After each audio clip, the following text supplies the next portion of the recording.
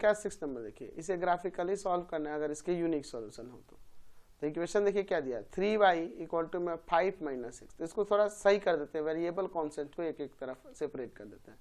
तो माइनस का x है इधर जाके प्लस का, तो x plus 3y equal to में 5, पहला इक्वेशन हो जाएगा।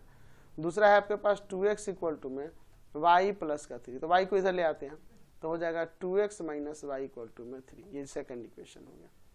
ठीक है, अब इनके बाद देखते हैं हम लोग पहले वाले इक्वेशन से a1 हो जाएगा x का कोफिशिएंट, b1 हो जाएगा y का कोफिशिएंट एंड c1 हो जाएगा जो कांस्टेंट है। दूसरे वाले से a2 2, b2 हो जाएगा आपके पास कितना -1 एंड c2 हो जाएगा आपके पास 3।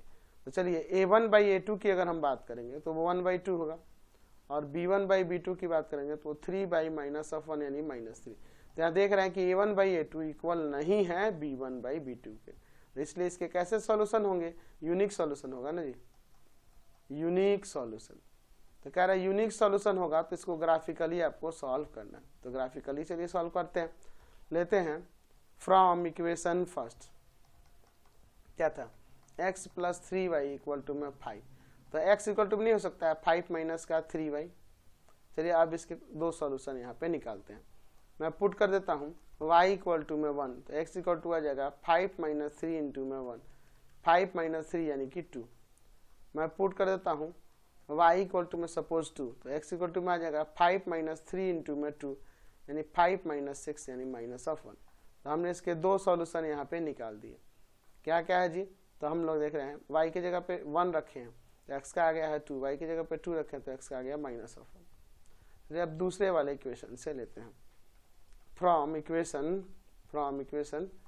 सेकंड, क्या है आपके पास 2x minus y equal to में 3, ये ना था जी। तो ये y को उधर लेके चलते हैं, 3 को इधर लाते हैं, तो यानी कि y इक्वल टू में क्या आ जाएगा यहाँ पे 2x माइनस का 3, ये इधर आ गया ये इधर आ गया।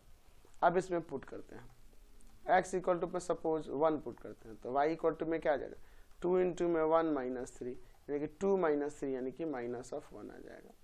अगर मैं पुट करूँ x इक्वल टू में 2, तो y इक्वल टू में हो जाएगा 2 इंटू 2 माइनस ऑफ 3 यानी कि 4 माइनस का 3 यानी कि 1। तो हमने यहाँ पे भी इसके दो सॉल्यूशन यहाँ निकाल लिए।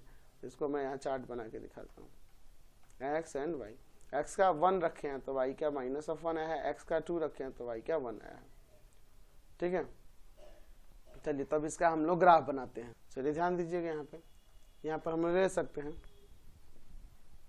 ये x हो जाएगा, इधर आपका x डैश हो जाएगा y एंड y डैश। चलिए 2 3 तक वैल्यू को लिख लेता हूँ, ज़्यादा नहीं, 1 2 3 काफ़ी है, 1 2 3, इधर -1 -2 -3 -1 -2 एंड -3। चलिए ध्यान दीजिएगा x का 2 y का 1, x का 2 y का 1, फिर अगला x का -1 y का 2, x का -1 y का 2। तो इन दोनों से होकर जाने वाला लाइन खींचेंगे तो कैसे जाएगा जी, वो ऐसे जाएगा।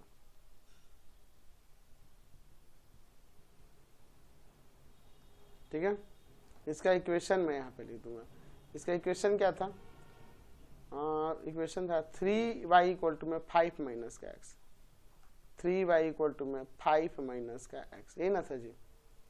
तो दूसरे वाले के लिए चलते हैं, x का 1 y का -1, x का 1 y का -1 1 -1, x का 2 y का 1, तो 2 और 1 ही हो जाएगा। तो इन दोनों से होकर जाने वाले लाइन की बात करेंगे तो कुछ इस तरह से जाएगा। ठीक है, यहाँ पे इसका इक्वेशन क्या है, दूसरे वाले का इक्वेशन हमारे पास ऊपर दिया हुआ था 2x इक्वल टू में y प्लस का 3, 2x इक्वल टू में y प्लस का 3। तो यहाँ से हमने दोनों का ग्राफ बना दिया, और ये ग्राफ देखो कहाँ इंटरसेक्ट कर रहा है, पॉइंट 2 और 1 पे। तो x का वैल्यू यहाँ पे 2 हो जाएगा एंड y का वैल्यू 1 हो जाएगा। समझ गए।